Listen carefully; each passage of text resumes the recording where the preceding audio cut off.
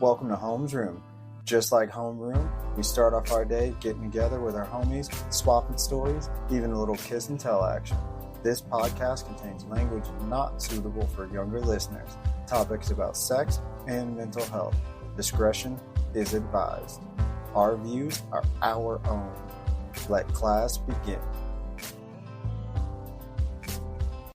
Welcome back. I got another interview for you, and I'm going to jump straight in. Joining me today, gut health expert, Reiki master, therapist. She's also the author of the books Couch to 50 Miles and Powerful, Not Tired, mom, and all-around positive light. Lauren Callahan, how's it going? Good. Thank you so much for having me. What a great introduction. I try, like I said, we want to bring the energy and like have fun and all that kind of stuff. And, you know, this podcast has been dubbed like Monday motivation material. So Yes, that's kind of what we hit. So, can you tell us a little bit about yourself before we get into the like deep questions? Yeah, sure. So I'm a health coach and I work primarily with women, although I do work with men as well. And I specialize in gut health, and I'm also a Reiki master. So those are two healing practices that really heal and balance at the source. They kind of go to those, they go to the places where a lot of doctors can't touch. So I help a lot of women with their health in that area. And I also just released my newest book, Powerful, Not Tired, where I just go into depth about gut health and Reiki. Yeah. The gut health thing is definitely something like when you reached out, I saw that and I was like, ooh, because I had problems with my gut for a really long time, and I used to kind of like hide it, and I'd go to people's houses and like they'd offer me food and I'd be like, like, I guess I'll eat it because I don't want to be rude. And I got to the point where I was like, this is like, I can't sleep.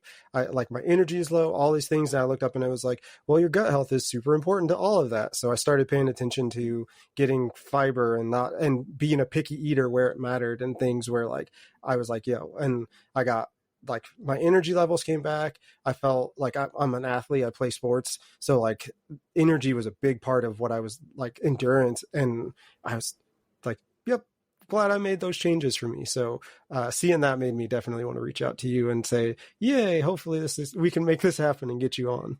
Yeah, that's really cool. I love that you brought up just the whole social aspect. I mean, I think that's probably one of the most underrated aspects of it, is that you can try to make a lot of changes for yourself. It gets really hard when you're around other people though.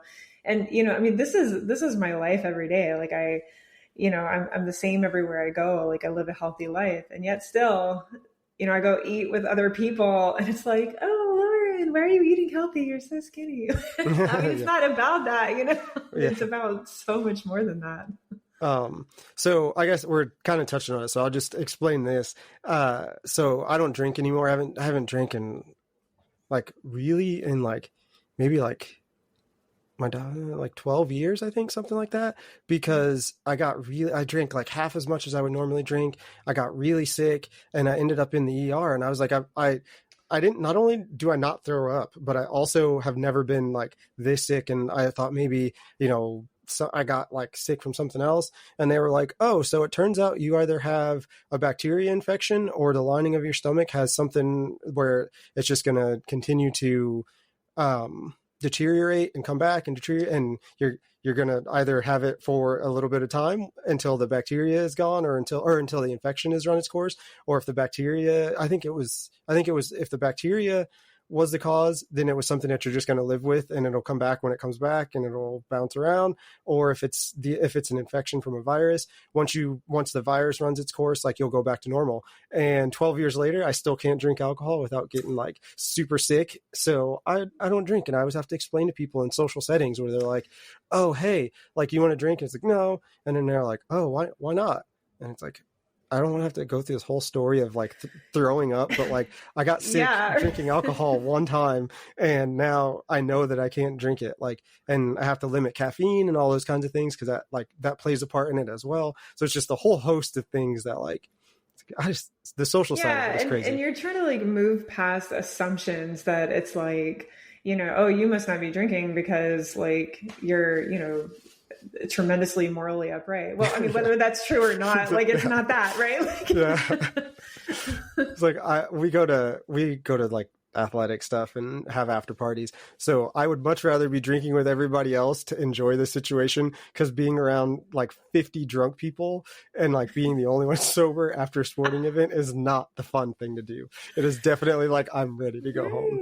Well, But, like I'm a runner. That's where I hang out with athletics, right? And you know what? There's a culture there too, that after you run a race, like you drink tons of beer, right? Like that's I mean, not everybody, but I mean, that is certainly a big thing in like running and triathlon circles, that after you have a race, you're gonna like have a beer, or like a lot of beer. Right? Yeah.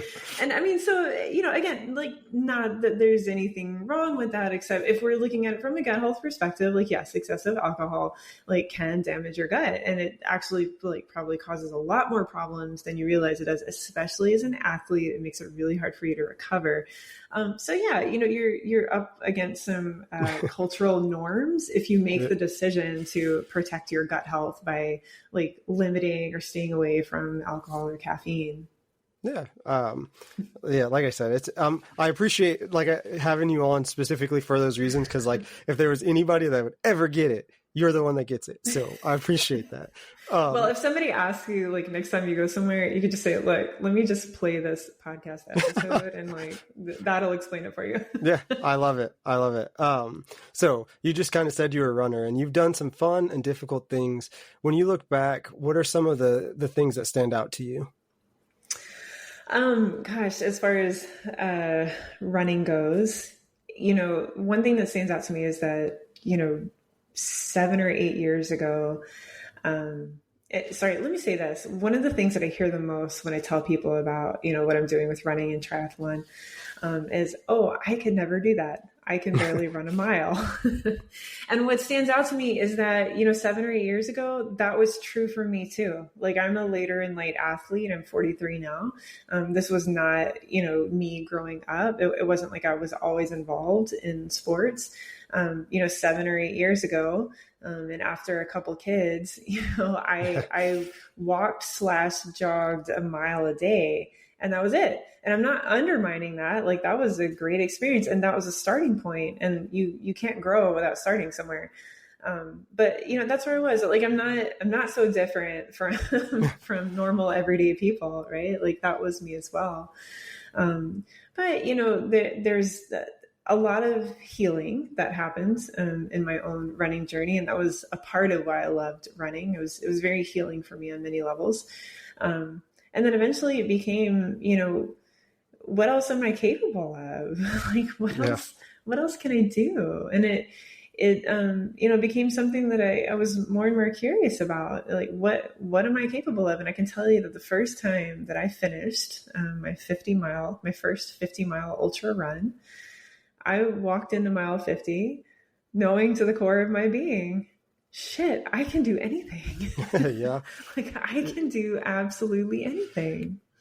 I love that. I am, like I said, I'm big about listening to my body now, and, hearing stories like that, it's becoming one with your own self and being like, I have the realization I can do anything. I love that. There's a beauty in it of seeing yourself for the amazing things that your body can do, not just seeing the things you don't like about your body or the things you don't like about yourself or whatever. Like, that's a core belief to me. So thank you for that. Yeah, absolutely. I love that. And I love the way you put it too, just, that part of like listening to your body too, because, a huge part of this was, for me about getting to that 50 miles, was that, I was at a place in the past where I was very unhealthy. I was thin, but I was very unhealthy. And I, got sick all the time, like very often, and just kind of chalked it up to, I've always had asthma and allergies, and this is just normal, for people to get sick. And I had all kinds of gastrointestinal issues, probably not to the extent that you were experiencing, but, but I had a lot of things developed in midlife for me that, again, I just came to accept as normal. And, had problems with energy, just came to accept it as normal. Right. And especially when you go to a doctor and man, I know phenomenal doctors who do a really great job with, trying to uncover like what is really going on. But that's not the case every time you go to a doctor, right? And, and unfortunately, a lot of the experience, for me and other, a lot of my clients, right, is that they've gone to a doctor and they hear, oh, everything's normal. And you just kind of walk away and say, okay, I guess it's normal. And so, for me, as a runner, I was running into so many issues with running, in particular, the things I just mentioned, like energy and gastrointestinal issues, but with recovery and injury and inflammation. And, I started hearing about gut health and how, like you, right? Like, oh, okay, it's connected to everything, right? Mm-hmm. Can this be the thing? And I was curious enough that I tried it and I tested my gut health and it was horrible. And, found out all of the things that I needed to do to heal my gut. And, this is one of the first things I do with all my clients. That I test them. So we take out 90% of the guesswork and so that we know what we need to do. That's nice. Yeah, very cool. And the other 10% is just, you're a human being. You're not a robot. There's a little bit of figuring out, but we can take out most of the guesswork. And that's what I did for myself. And I went on this path of healing my gut. And here's the thing. I had spent 4 years trying to run a marathon, as what I thought was a decently healthy person, and never could do it because of all the issues that I was running into. I'd fail every time. Once I healed my gut, I went on this path of healing my gut for, about 6 months up to that point. And then I finally ran my marathon. And then after I ran a marathon, I went out a couple months later and I ran 50 miles. And then I went out after that a couple months later and I did my first Ironman. And then I did another 50 miler. And then I did another Ironman. And then I did 100K, that's 62 miles, all within 1 year. And that was after I healed my gut, right? Yeah. So it really opened up some doors for me, especially after hearing things like, oh, everything's normal. Yeah. That's, like I said, that's one of the big things is healing your gut in and of itself is a challenge, but the things that you realize on the other side, like I said, just energy alone, like that one thing, like I'm tired, it's because of stress, or I'm tired, it's because of this, or I'm tired, it's because of the kids, and having better gut health. And then all of a sudden you're not as tired. And it's like, man, I love my kids. My kids aren't stressing me out and making me tired. My kids are, it was something completely different. You're not annoying. Thank you. That's so true. I love that. Yes. Well, one of the things when I tested my gut health that I saw and that probably surprised me the most was that I had low serotonin. I didn't even know before that serotonin was a gut metabolite. Yeah, I just thought, and it is. I just thought it was a neurotransmitter. It's associated with your mood, and that's all true. But it's also a gut metabolite, and 90% of your body's serotonin is actually produced in your gut. And so what is not widely known is that if you go out and get an SSRI, which, because you're depressed, right? You tell the doctor, hey, I'm crying all the time and I don't know why. And they give you an SSRI for that. One of those S's stands for serotonin, right? It complicates things, actually. It moves the production of serotonin from your gut to your brain, which causes a host of problems in your gut, because serotonin is also responsible for digestion. If you're not digesting properly, we're looking at damage to the gut that causes problems with your immunity. It causes problems with your energy. Serotonin also breaks down into melatonin. Okay. Like little gummies you're going to get if you can't go to sleep, right? Like if you have a healthy gut and your gut is producing serotonin, then you're happy. And you can get sleep at night and you're not having, the gut issues. I mean, that is like one gut metabolite, right? But it's huge. And, like I said, I didn't even know this was produced in your gut before. And so when I tested my gut, my serotonin was so low. And you have to think, at the time I was a therapist. I'm actually not a therapist anymore, but I was a therapist at the time. And so here I am, working on healing myself every day, working through trauma, and I'm helping other people with their mood. And I have dirt low serotonin. I was like, wait a minute. And I could tell, I knew that I was in this uphill battle with my own mood. And then I'm trying to help other people every day with this. And then I improved it, right? I healed my gut. I mean, that's always a work in progress, but I did the major work on healing my gut. and my serotonin went up and I was a happier person. And so it's kind of like you said, oh, like, no, you're not annoying. The world is not a terrible place. Oh, that was just my gut. Like, it's not like, oh, it wasn't like I needed more therapy. Like, I love therapy. I really do. Like, I love therapy. I have a therapist. But at the time, I was looking through, like, strictly through this therapist lens of like, oh, I'm not happy. I must need more therapy. Right. Yeah. And well, actually, I needed to work on my gut. And then the world was a brighter place because my gut was a healthy gut. So with that, what are some of the like number one, or I guess what is the number one thing that you get asked when it comes to gut health? Certainly, what can I do well, the number one thing would be, how do I know that there's a problem with my gut? And then the second would be, well, what do I do to improve it? So to the first question, how do I know if there's something wrong with my gut? This answer is going to be incredibly vague. I'll tell you that. But, scientists are calling your gut your second brain. Yeah. And there's a really good reason for that. Yeah. Like it's connected to everything. So my very vague answer is, if you are experiencing a problem with just about anything, the first thing I would say is, well, you need to go check your gut. Right? Because if you are having trouble with, chronic pain or chronic illness of any sort, okay. I mean, we're even talking about, like diabetes and heart problems and hormone issues and, autoimmune disorders and thyroid, like everything, like every health outcome that you can think of, energy, like we've talked about, your mood, your ability to think clearly, God, like I'm a woman, I'm 43, like women in midlife, I'm not saying this is not a thing for men, but women in midlife, like brain fog is a major thing, right? Yeah. Your gut is related to that, right? Bloating, having trouble with, weight loss or belly fat, like it is all related to your gut. So, if anything feels off, my first thing would be, let's check your gut and see what's going on there, because it will improve every other outcome.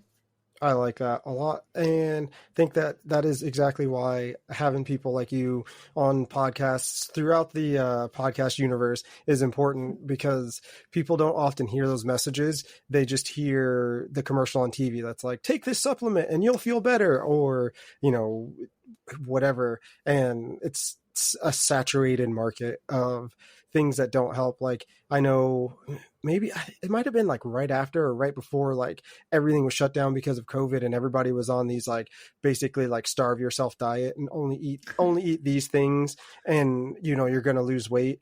And then I know for me, I had a ton of friends that were like incredibly sick right after they started doing that, and I was like, it's because you're not taking care of your gut, and this is not a healthy way to do it. And I like my mom's a PT, my dad's a respiratory therapist. So like just the sheer basic medical knowledge that I grew up around just constantly tells me that is not a good idea. That's not how your body works. Please don't do it. And I had to argue with my wife for like maybe 2 or 3 weeks before I finally got her to quit doing it. And I would be like, hey mom, next time we come over, can you like I'll bring up the diet. Can you talk to her about how it's not healthy? Just because I wanted her to not do it and hear it from somebody else, because obviously I'm husband and whatever I say is like, it's a different dynamic. Yeah, exactly. Yeah. So it's things like that, like hearing about like, let's check your gut health. And, when you go into any of these places, like that should be, and from, like I said, what my personal experience, the gut being the second brain, the first time I heard that was when they were like, hey, so the reason this is happening is, it's kind of like the second brain, your gut controls a lot of the, so like, I wouldn't have known any of that. I wouldn't have understood it that way. And I wouldn't, like, they gave me a list of things I could and couldn't eat, or I should cut back on if I do eat. And I like, it's like, whoa, this is weird, and I don't know if I like this, and I don't know, and doing it made me feel better, and it's huge. So like, thank you for saying that. Like huge, kind of overwhelming at first maybe to think of all the changes, but you were highly motivated, right? Because you had such a serious thing going on. That's, like I said, it's such a strange thing because it's so unique to the person. Like the way I would have to explain it to people was like, well, when I drink alcohol or when I do certain things, like I can feel the shape of my stomach, if that makes sense. Like I can it just feels the whole of it feels strange, and I can feel where it is in my body. And everybody would just look at me like dumbfounded. And it's like, yeah, man, but like that's the only way I can explain it, because it's a sensation that I've never, like, I don't know how to explain. And like I said, it was something with like a bacteria in my stomach, so it was like affecting the lining. So like the shape of my stomach is part of the lining. So that's why I was feeling it that way. Yeah, well, yeah. I mean, I think like we all have this capability of very intuitively knowing and feeling and just like getting what our body is experiencing. But we have really been conditioned to be detached from our body, right? Yeah. So, you and I in different ways have come to learn to listen to our bodies, and also to recognize what it actually feels like to be good, or to feel good. I mean, and I feel like that is so important, because we get so used to things not being normal and like not feeling good, but that becomes our norm, right? To kind of feel like shit. Yeah. And so we don't recognize, when our body is off. But when we, like, for example, when I did, do this work to heal my gut, I mean, it was unbelievable how much better I felt. I mean, I can name many specific things, and, I have already, but just overall, I'm like, oh my God, I feel better.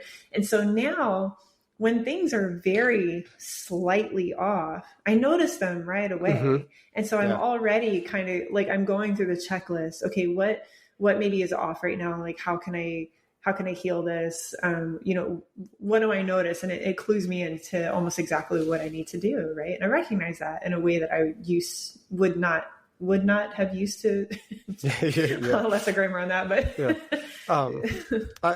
I can't agree with that more. And I'm like encouraged by the amount of people that I've been able to get on this show. Like I interview everybody from like musicians and filmmakers to like sex educators and like sex and relationship coaches and, Reiki master. Like there's so much in there. And the thing that I'm glad that I continue to find is people that are, kind of preaching that message of, discovering yourself and listening to your body and giving tips and tricks in their practice to like help people do that. Because ultimately, like I used to feel like I was the only person in the world that understood this. And it's such a strange, like, I guess correlation, but I was reading, Ronda Rousey, like the MMA fighter, she, in her book, she was talking about, pain and how she continued to go through fights, and the pain never stopped her because that was just information her body was feeding her, and she could choose to ignore it or choose to to succumb to it and accept it. Wow. And I'd never heard anybody else explain it that way. And that's kind of always how my mind has worked about like my body. And the more information I learned about my body, like, oh, that doesn't feel good, or, oh, this feels good, or, oh, that hurts, or, oh, like my knee is more sore today than it was yesterday. What did I do? And then run through the checklist of like, why might this be the case? And hearing her say that was like validating in a way where it's like, man, okay. So having everybody like you that comes on and they say something similar, it just, drives that message home for a lot of people. Like, we just need to get to a point where we're listening to our bodies, where we're going to people that aren't just going to, like listen and prescribe. They're going to listen and describe so that you can help yourself and make it through without relying on a ton of other outside things, like you said, with depression, where now you're kind of changing what the dynamic that your body is set up to do. Like, I wouldn't have known that until you just said it. And I think that's such an interesting, I guess, dynamic to each individual, like you said. Yeah. And that one in particular is one that's very, very little known. I mean, I when I bring it up, when I talk with people about it, I have rarely run into somebody who's familiar with that. We think that it just makes sense. Like, I don't feel good. Let me go get SSRI. And I'm not saying don't, like, this is not the conversation of, no, you shouldn't do that. I mean, it's such an individual thing, but it's nice to be informed. Right. And maybe to the bigger point that, I feel like you were describing as well, is that, bigger than listen and prescribe is getting to the source, right? Like healing the source of imbalances. And for me, that is the beauty and the power of gut health and Reiki both. I mean, that's a, completely different sort of, healing technique, just using energy, but both of them heal and balance at the source, and then are able, obviously it's at the source, right, can radiate out to every other aspect of our lives. Yeah. So how do you bring the scientific and the spiritual together in your help, especially because this is a weird side note about this podcast. We're like 53% listened to by women. So I try and find women that are helping women, because like that's your demographic is also my demographic right now. So, how do you help, how do you combine those two to work together and help those, help women find their best self? For me, it's so interconnected. I think I have a hard time even pulling them apart, right? To say that like this is spiritual and this is physical, and we just are complex human beings. That we are a physical, spiritual, mental, emotional being, right? Like it's so connected. And so even something like Reiki, for example, some would see Reiki as a very spiritual practice. It's very energetic on a very spiritual level. But then also the concepts that are in Reiki can, they're affirmed by quantum physics, right? And mathematics and like medical technology, like in tests, right? Like we can, we can measure energy, in very scientific ways, right? And so, is it spiritual? Is it physical? Yes, it's all of the above. And just like with gut health for a minute ago, I mean, we're talking about, maybe avoiding excessive alcohol or excessive caffeine, and, eating, whole fruits and vegetables so that you're a happy human being, right? Yeah. Like it's, so it's all related. I really don't know how to pull them apart. And so, I guess in practice, when I'm working with women, sure, like one of the first things we do is, we test your gut health so we can see on a very physical level what is going on. And then, we make a plan to improve your gut health. But the thing is that sure, nutrition is of primary importance there, but also is your lifestyle and stress, things that, sure, like the foods you eat cause stress to your body, but, strictly speaking, right, like, stress is not necessarily like a nutrition thing, right? So we truly are addressing the whole person. And then right away, I start with Reiki, and I do distance Reiki. So, and I bring that up because a lot of people aren't familiar with Reiki as a distance healing modality. It's traditionally done in person, and a Reiki practitioner will channel energy through their hands. But Reiki can also be done in a distance. Life energy is not bound by time and space in the way that you and I are. And that's how I first received Reiki, was through a distance, and like it is absolutely powerful and effective. And so it's what I do with other people. So yeah, right away we start in with Reiki healing, and it heals and balances on all levels: physical, emotional, mental, spiritual. And so everybody experiences it differently. One person is going to walk away saying, wow, this physical thing that I've been experiencing is so much better. It's gone. Or I just feel my body's like enhanced ability to heal it. And somebody else is going to say, I don't have panic attacks like I did before. Right. And somebody else is just going to feel the deepest inner peace that they've ever felt. Right. It's all connected, and that healing and balance truly happens on all levels, and where it's needed most. Yeah. I have come to like, maybe over the last like 2 years, like really start to appreciate like holistic healers and people that are treating not just like the symptom, but like the cause and the human and the spirit, like all of those things are energy, and all of those things are energy bound in the person that is standing there. So it only makes sense that all of it needs to be worked with, not just, one aspect or the other. So hearing, how Reiki is, I guess, I don't want to say administered. I don't like, but sure, yeah.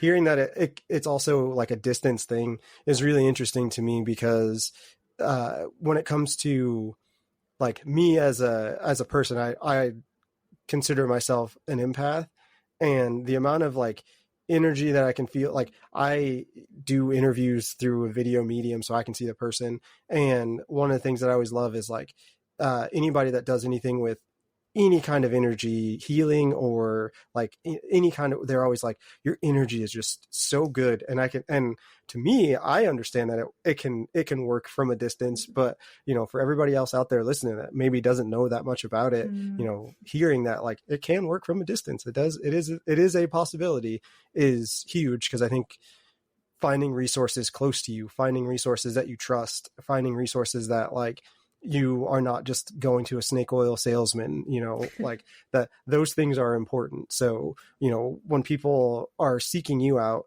do you have to deal with like getting past that stigma first, or are they just like all in all at once? Generally I found, that most people who, let me say this, Reiki is a more recent addition. So there were people that I worked with in the past, that like Reiki was not a part of it because I just hadn't discovered Reiki yet. I wasn't a Reiki master yet. And so for those folks, introducing Reiki, like, afterward was, very different. Like it wasn't part of the original plan.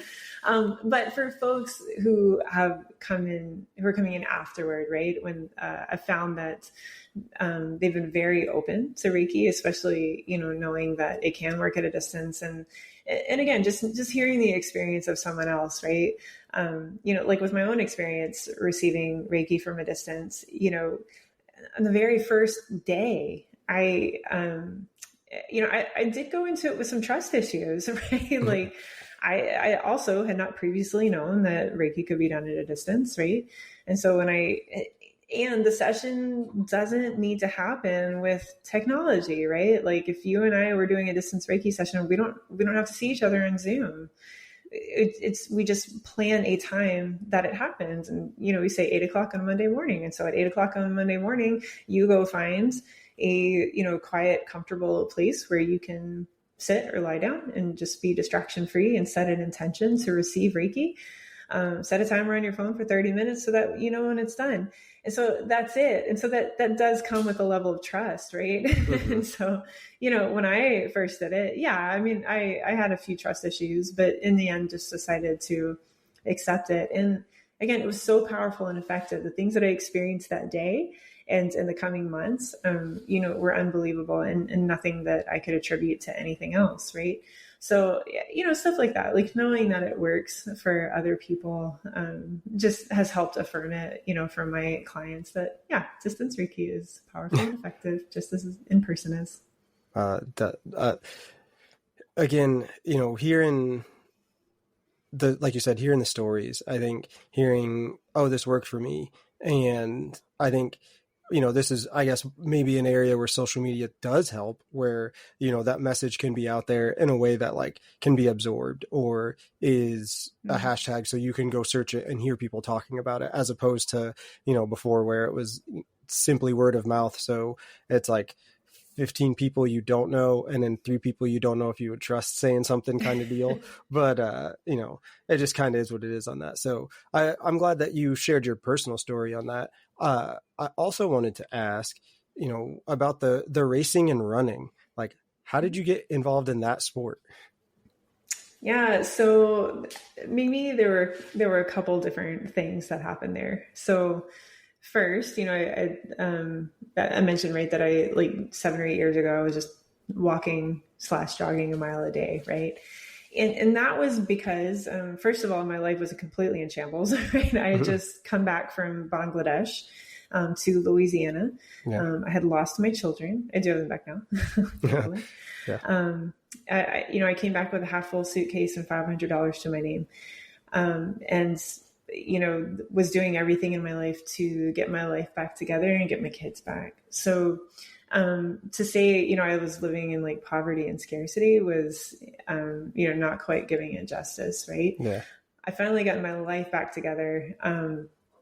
And I write about this in my book, Couch to 50 Miles. I talk a lot more in depth about it. But as I'm getting my life back together and I finally, I have my kids back, I decided to go back to school. And so when I go back to school to get my master's in counseling, that means I'm sitting all day long. And I was like, I can't do that. I can't just sit. And so that started my, let's start walking, and maybe a little bit of jogging and a little bit of yoga. And, yoga in particular was the thing that taught me to love myself in a way that I had never known to love myself before. And then fast forward, the thing that really got me into running, and this is one of those stories that some of your listeners are going to hear and they're going to be like, oh, that's so beautiful. And then other people are going to be like, okay, gag me. but into my yoga studio walks the man who is now my husband. Oh, yeah, it really was that way. So we get to know each other, and he actually, I used to work at a coffee shop, and long story short, we met at the coffee shop. We lost each other for a year, and then he walks into my yoga studio a year later. And he is in the middle of training for a half marathon at St. Jude's Hospital, because his daughter, who is now my stepdaughter, is a St. Jude's patient, and she's cancer free. But doing the marathon weekend was a way to give back to St. Jude's, right? And so I was like, well, I'm a runner. Perfect. Yeah. So we started running together. And that was his first running thing. And it was mine. And so, we really, that really became a part of us building our relationship together. And we dragged our kids to every 5K that we could. And, that was the beginning of our relationship. It was really beautiful. I would say when it progressed though, to these really longer distances, we had a friend. So we're in Louisiana. We have a friend in North Carolina that my husband grew up with, and he came into town, and there was a 50-mile ultra race that happened right by our house. So we lived within a mile of a trailhead, and he drives in from North Carolina. He runs 50 miles, and then he wins it too. He gets first place. And he hops in his car and he drives back to North Carolina. And my husband and I are just like, whoa, is he immortal? And so I think it was that, like, it was somebody that we knew, right? It's not just like some person on Instagram that's like, oh, they do really cool things. This is somebody that we knew, right? And he grew up with, and I think it just made us say, God, what else are we capable of? Like, what can we do, right? This is a normal human being. Maybe we can do stuff like that too. And so I think we began to get really curious then about longer races. And me in particular, I began to get interested in triathlon, and just asking that question, what can I do? What am I capable of? So I love that story, and I love the added story of the person that drove and then ran and then drove back.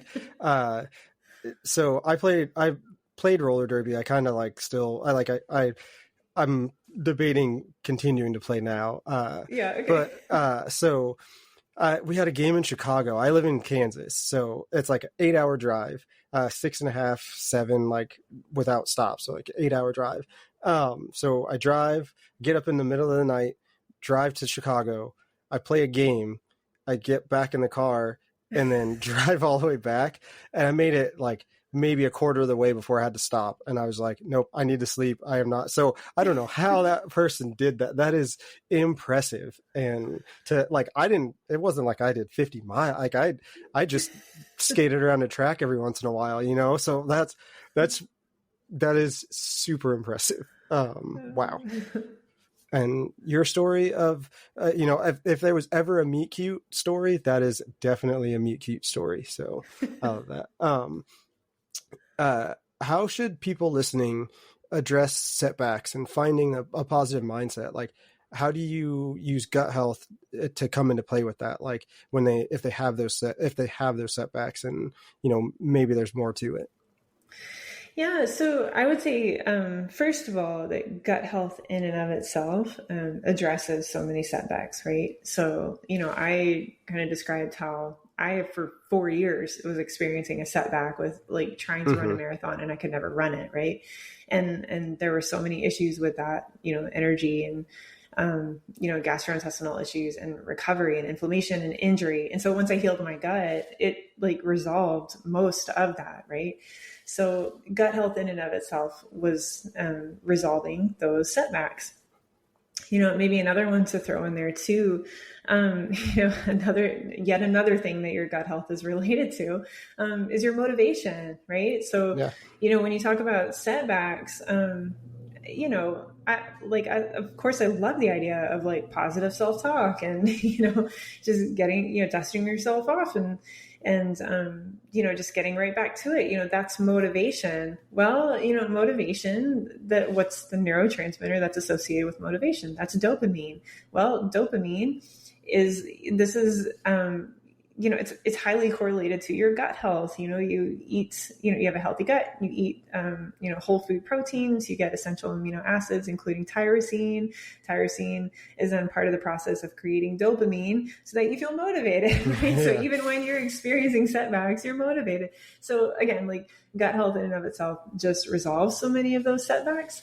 Aside from that though, man, I think personally, I don't know if it's like me being neurotic or what.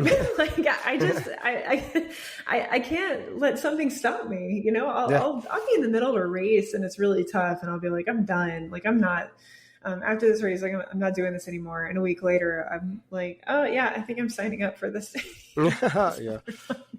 Right. Like I don't know that. I don't know if that's adventure, if that's, a growth mindset kind of thing. I think in large part that's a growth mindset, but just, taking setbacks as, what do I learn from this?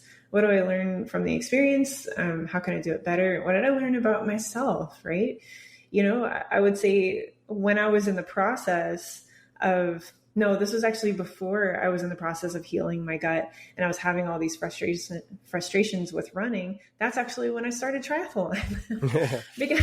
because running every day, instead of being a joy, like to be on the trails, became a frustration. And I didn't want to be frustrated with running because to me, I mean, I love it. It's a very spiritual experience too. I love being in the woods on the trails. So I didn't want to be frustrated with it. So I was like, well, let me go bike instead and then just run a little. Right. And, St. Jude's had their very first half Ironman. So I was like, okay, that could be my first half Ironman too. I can learn how to swim. Like I didn't even know how to swim. So as far as setbacks go, you learn from them. Sometimes you derail into something else that's really cool and you find out a new love for yourself. Right. Yeah. Or, something new that you love, I guess is what I meant to say there. So like I said, you've touched on it so much and, kind of talked a little bit about what you do. Can you tell us about Goddess Health, like what it is and who is it for? Yeah. So, as the name might suggest, I do primarily work with women, although I've worked with men as well. Everything that I do like absolutely applies to men. But I primarily work with women, and mostly women in midlife, who are in this position of hearing from their doctors, everything's normal. And they're saying, no, everything is not normal. They're having trouble, with their energy, chronic illness or injury, hitting that wall with maybe athletic performances or inflammation, just anything related to their health, right? And so what I do is I bring gut health in. So we I test their gut health right away. And then I work with them over a 4-month period to heal their gut. And I also use Reiki in that process to heal and balance at the source. And then, a big part of what I do is self-care. Also in my book that I just released, Powerful Not Tired, I call it the Goddess First Principle. So it's just a method basically of loving and nurturing yourself in a way that helps you be, your healthiest, most natural, most powerful self. Again, this will be linked in the show notes, I would imagine, and we'll try and get that information out there. But I would put it at a countless number of people that, could take something from that and be able to make improvements in their life and not even realize like that was a thing that they were dealing with. And that's what like I said, that's what I love about gut health things is how important it is, and like healing yourself from the inside out kind of way. I wanted to touch on writing. You mentioned your book. I want to touch on writing, and specifically, what did you learn about yourself through writing, and what things are like your favorite and least favorite about writing? Oh, great question. When I wrote my first book, Couch to 50 Miles, I think I intended it to be more of what my second book actually is, a little more of like how to, the how to behind gut health and nutrition and training and self-care. And what it ended up being was a very raw, vulnerable story of my own healing journey. And how, running was a part of that. And of course, the whole picture with, loving myself and nutrition and training and all of that. But it became a very inspirational story.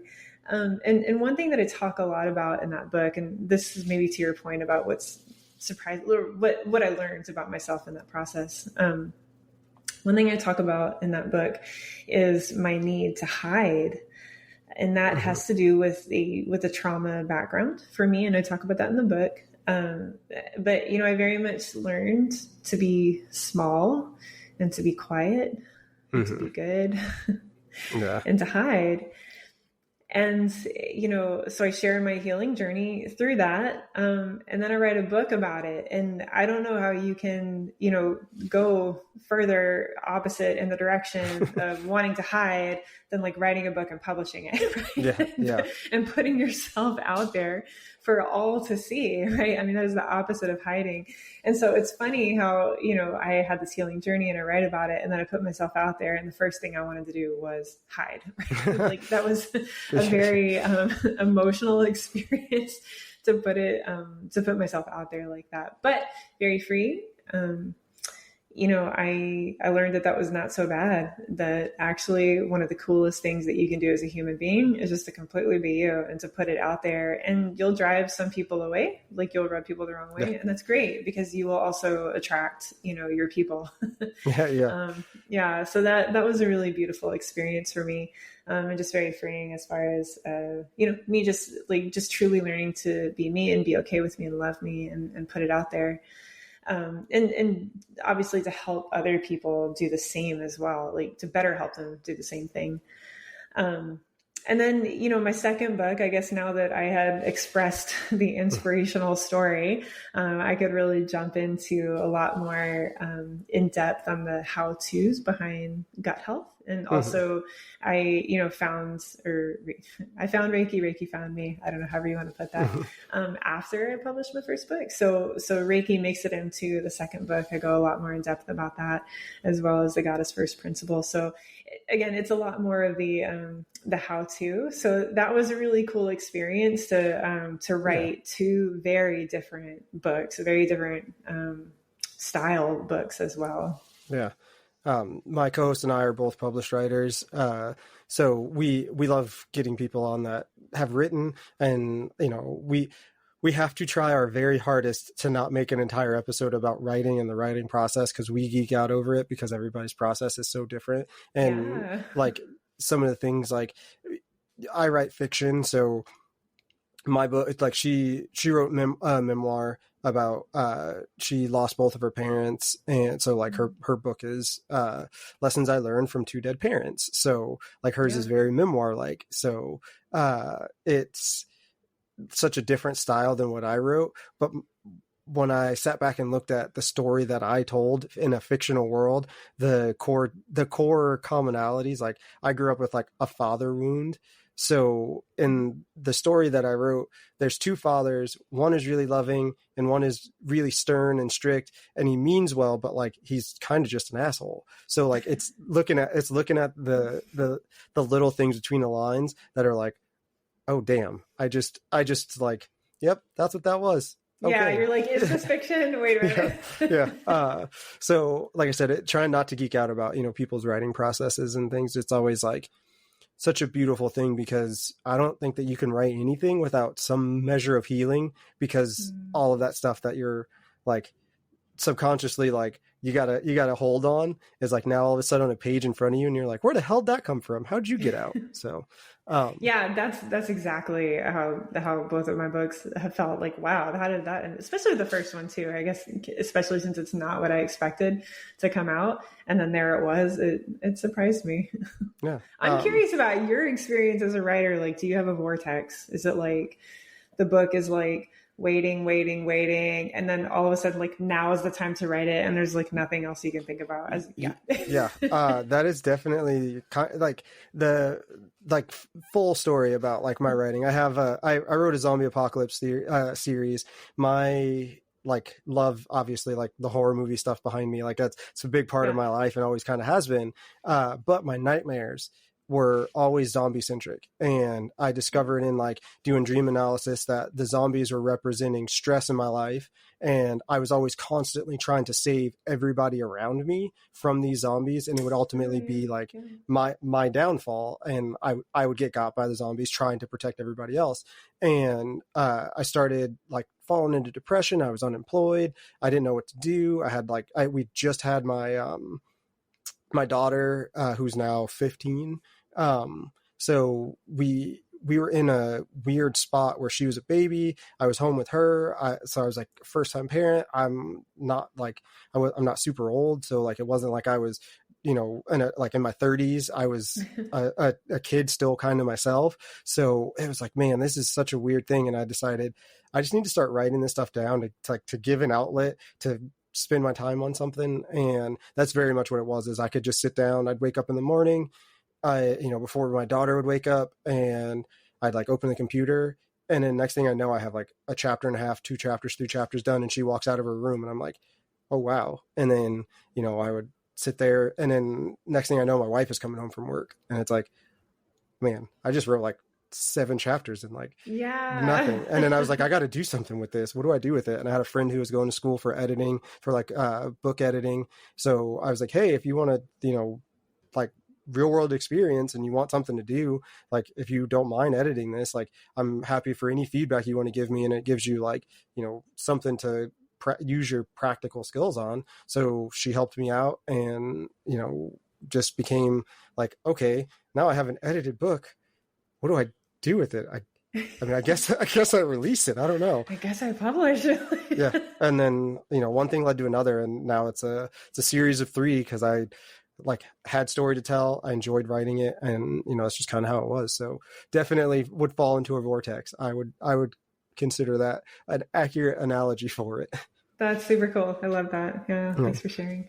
Yeah. Like I said, it's what you learn about yourself through writing is like, yep, okay, that's there. That's a thing. Yep, I could see it. But yeah, so in wrapping up, I think that, when it comes to putting yourself out there and doing it in a way that like people will relate to, doing it in a way that people will like respond to, you do a really good job of that. And like I said, I like to do research on the people that I get on. I try and listen to things that they've done. I try and read some of the stuff that they have out there, or, at least as take in as much of them as I can. And one of the things that I love is your like realness. It doesn't seem like you, I don't want to say hide now. So hearing that you were somebody that like wanted to hide before, that's like mind blowing, because your rawness is, yeah. So congratulations really appreciate on that. Yeah, thank you. That's wonderful to hear. Thank you. So like I said, we at the end of our episodes love to do a this or that. So you can answer in detail if you want to answer in detail, or you can just like pick the answer and like move on, whatever you want to do. Are you ready? I'm ready. Yeah, I'm excited, actually. All right. So running in the dark or running in the daylight? Oh my God, running in the dark, actually. Really? Yes. Well, okay. I mean, maybe not every day, but not on a normal basis. But actually, when I made my first attempt at a 100-mile run, which I still haven't run 100 miles, but I will. When I made my first attempt, though, I was really nervous about the part where I would have to start running in the dark. And then I tell you, once the stars came out, I was like, this is the most beautiful experience ever. And I want to do this all the time. That's why I would not have expected. I try and like guess what answer it's going to be based off of like what I know about the person, and that one, like off the bat, I'm already 0 for 1. That I would not have expected that. That's awesome. So the next one is a frustrating life problem solved or a frustrating run finished. Oh God, that's a hard one. Yikes. I try and make it hard. Yeah, that's a hard one. I feel like the logical answer would be a frustrating life problem solved. But here's the thing. I just did a race almost 3 weeks ago in the mountains of Vermont. And it was 100K and 62 miles. And like at 50 miles, I was trying to convince my daughter to like take me out. I was like, you want to go to sleep, don't you? Like, we need to go home. It was so bad. And I only had 1.5 miles left of that race, and I was ready to sit down on the grass and just die. And I finished it though. I finished it. So a frustrating race finished today. That's my answer. I love it. I love it. That flows perfectly into our last this or that question. That moment right before the finish line, or that moment just after, and how are they different?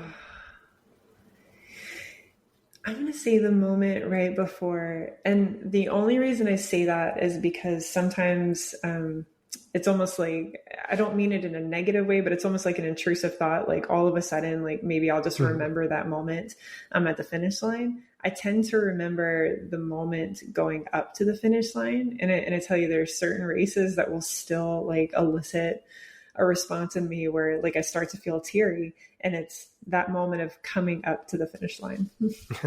Well, I love that answer. I love all of your answers to the this or that. Thank you for doing that. Like I said, we always try and end on a fun note, and I'm known for asking really hard this or that questions, and I try. I full disclosure, obviously I'm doing research on the person, so I know a little bit about what they have gone through, or like things that might have stuck out, and I read between the lines of like a Facebook post or an Instagram post or something on your website, and I'm just like, yep, I'm gonna ask a question. What's the worst way I can ask this question? So yeah, that was pretty good. If people wanted to connect with you, if people wanted to find you, maybe look at working with you, where can they find you? Sure. Yeah. So you can go to goddesshealth.org, and you'll certainly get access to my book there. But you can also get access to like an individualized gut health roadmap. So you get this assessment, and then you can just bring it to a short call with me, and I'll get you started on the right path. So that's the best way to connect with me. You can also skip all that and just email me directly, Lauren@laurenbcallahan.com. Well, there you go. And all that will be linked in the show notes below if you wanted to check that out. Definitely check out the books. I'm really interested in that first book now, because it sounds like the juicier story is that one. And if you read them in reverse order, it might make a really good story where you're like, okay, I know how to do all of this. Now, what's the process like? What's the start to finish like? So it's kind of like the prequel. Yeah.